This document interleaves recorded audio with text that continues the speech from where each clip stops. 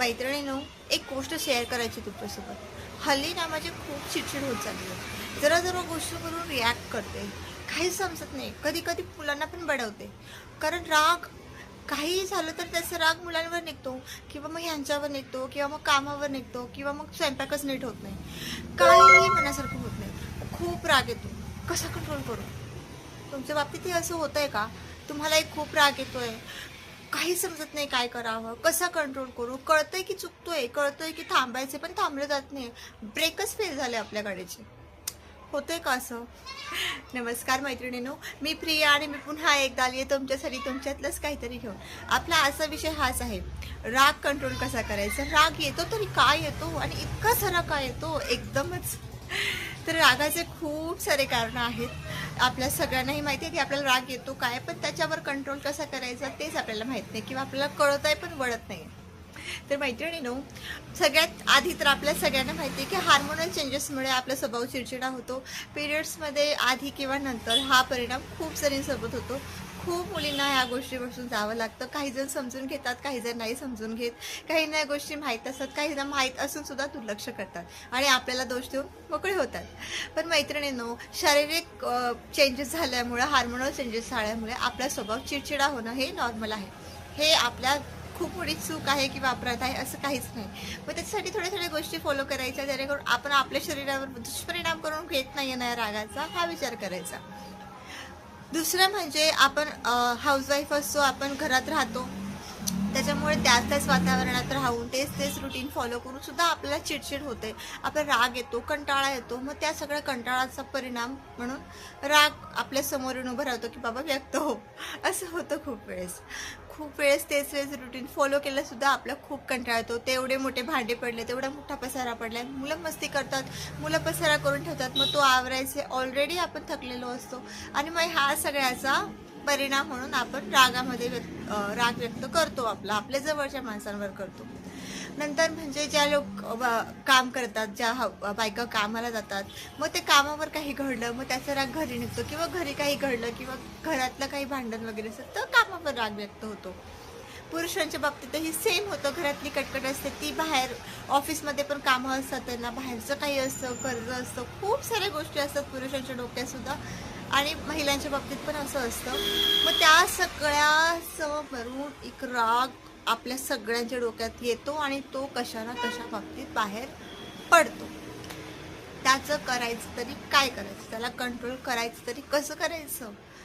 पुराणांमध्ये सुद्धा हीच गोष्ट लिहिली आहे की राग कंट्रोल करा. जो राग कंट्रोल करायला शिकला तो जिंकला, तो महात्मा संत पुरुष बनला. आपण काय महात्मा संत पुरुष बनू शकत नाही, पण राग कंट्रोल करणं आपल्यासाठी सुद्धा खूप गरजेचं आहे. कारण त्याचे दुष्परिणाम आपल्या शरीरावर होत असतात. आपल्या शरीरमध्ये BP वाढतो आपला किंवा लो होतो किंवा मग फॅटसुद्धा वाढतं. आपण खूप कधी कधी बघा, आपण काही तेवढंच खातोय पण आपल्या अंगाला लागतंय किंवा नाही लागत हे प्रत्येकाच्या शरीरावर वेगवेगळं असतं, प्रत्येकाचं सारखं नसतं. काही जण जेवण कमी करतात, काही जण खूप खायला लागतात राग आल्यावर, हे प्रत्येकाचं वेगळं आहे. काही जण खूप टेन्शन घेतात, काही जण डिप्रेशनमध्ये जातात, काही जण चिडचिडे बनतात, काही जण सगळ्यांपासून वेगळे राहायला शिकतात किंवा काही जण तर मैत्रिणी करणं सोडून देतात. रागाचा परिणाम खूप वाईट आहे. हा आपल्या स्वतःच्यावर जास्त होतो, नंतर दुसऱ्यांवर होतो. मग त्याला कंट्रोल करायचं तरी कसं? पहिले एक गोष्ट लक्षात ठेवा की काहीही घडलेलं आहे आपल्या आयुष्यामध्ये किंवा कुठलीही परिस्थिती काहीही घडलेलं आहे तर आपण चेंज करू शकतोय का, हा विचार आधी करायचा. तू चेंज करू शकते का? नाही करू शकत ना, मग चिडचिड का करतेस? एखादी वस्तू फुटली आहे, मग ती वस्तू आपण परत जोडू शकतोय का? नाही ना जोडू शकत. घडून गेली गोष्ट, जाऊ दे ना, सोडून दे, हा विचार आधी करायचा. नाही बदलू शकत, मग बस विचार पण करायचं सोडून द्या, कारण आपण नाहीच बदलू शकत आहे. पहिलं आपल्याला काय करायचं तर आपल्या श्वासावर कंट्रोल करायचं. राग कंट्रोल करण्यासाठी श्वास आतमध्ये घ्यायचा आहे, सोडायचा आहे, शांत ठेवायचं आपल्या डोक्याला. 2 3 4 5 जितक्या वेळेस आपला मेंदू शांत होत नाहीये तितक्या वेळेस प्रयत्न करा. तितक्या वेळेस श्वास वर घ्या, खाली सोडा, वर घ्या, खाली सोडा. Try it again and again. तरी नाही होते, खूप राग आलाय, मग एक काम करा, शांत ठिकाणी जा, जिथे तुम्हाला शांत वाटेल तिथे जा. आपलं आवडतं म्युझिक ऐका. म्युझिक बेस्ट मेडिसिन आहे राग कंट्रोल करण्यासाठी. शांत म्युझिक ऐका, जे तुम्हाला आवडतं ते करा. एखाद्याला हॉबी असेल, चित्र काढायचं असेल ते काढा. आपल्या मेंदूला, आपल्या मनाला जे आवडेल ना ते करा. कारण मेंदूचं आणि याचं मनाचं कनेक्शन खूप स्ट्रॉंग असतं. एक आपल्या मनाला शांत करा. राग कंट्रोल होत नाही आहे ना, मनाला शांत करा. डोकं शांत ठेवा. ज्या गोष्टी करता येईल ते करा. शांत ठिकाणी जा, एकांत द्या. त्या परिस्थितीतून थोडंसं लांब जा. तिसरं काय करायचं आहे, थोडा वेळ स्वतःला द्यायचा आहे. मैत्रिणींनो, आपण घरातल्या कामांमध्ये इतके गुरफटलेलो असतो ना, की आपले स्वतःचं पण एक अस्तित्व आहे, स्वतःचं पण एक आयुष्य आहे, हे आपण विसरून जातो. आपल्या स्वतःला आपण दुसऱ्यांवर अर्पण करून टाकलेलं असतं, पण असं नका करू. स्वतःचं अस्तित्व जपून ठेवा, कारण तुम्ही स्वतः एक व्यक्ती आहात, एक सेपरेट व्यक्ती आहात. तुम्हाला मन आहे, बुद्धी आहे, तुमचे स्वतःचे इमोशन्स आहेत. सगळ्यांपासून वेगळं तुमचं एक अस्तित्व आहे, याची जाणीव ठेवा.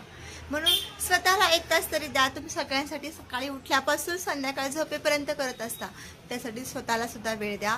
1 तास स्वतःला द्या. जिथे तुम्हाला आवडतं तिथे जा, शांत ठिकाणी जा, मंदिरात जा, गार्डनमध्ये जा. थोडं शांत स्वतःलाच प्रश्न विचारा, स्वतःच्या प्रश्नांची उत्तरं द्या. बघा ना काय होतंय. म्हणून स्वतःला जे आवडतं ते करा. 1 तास स्वतःला द्या. वॉकला जा, शांत राहा, मन शांत ठेवा, मेडिटेशन करा. 4th आपल्याला करायचं आहे मेडिटेशनच. Yoga is the best medicine. कारण योगा केल्याने आपल्या शरीराला खूप छान म्हणजे मेडिटेशन मिळतं. योगाचे खूप सारे स्टेप्स आहेत, ते फॉलो करा, जेणेकरून तुमचा राग कंट्रोल होईल. सतत कंटिन्युअसली योगा केल्याने तुमचं शरीर खूप सुदृढ पण होईल. मेन म्हणजे तुमचा आत्मा, तुमचं मन एकाग्र होईल. डोकं शांत राहण्यास खूप हेल्प होईल. जास्तीत जास्त पाणी प्या. उन्हाळा खूप आहे. स्वतःचा राग कंट्रोलमध्ये ठेवा. छान खा, छान फळं खा, छान ज्यूसेस प्या. स्वतःला वेळ द्या. छान छान विचार करा. सगळ्यांसोबत हसून खेळून राहा. कॉमेडी शोज बघा, ज्याने तुमचा राग कितीही आला असेल तरी तुमचं मन डायव्हर्ट होईल. ज्या गोष्टीने तुमचं मन डायव्हर्ट होईल त्या गोष्टी करा. बघा काय होतंय का. तुम्हाला माझे विचार पटले असतील, मी आवडत असेल मैत्रीण म्हणून, तर नक्कीच मला सबस्क्राईब करा. कारण तुम्ही सबस्क्राईब केल्याने माझे पहिला व्हिडिओ तुमच्यापर्यंत येईल. आणि तुम्हाला माझी मैत्री आवडली असेल का हे पण मला कमेंट करून सांगायला विसरू नका. लाईक करायला हे अजिबात विसरू नका. Thank you so much.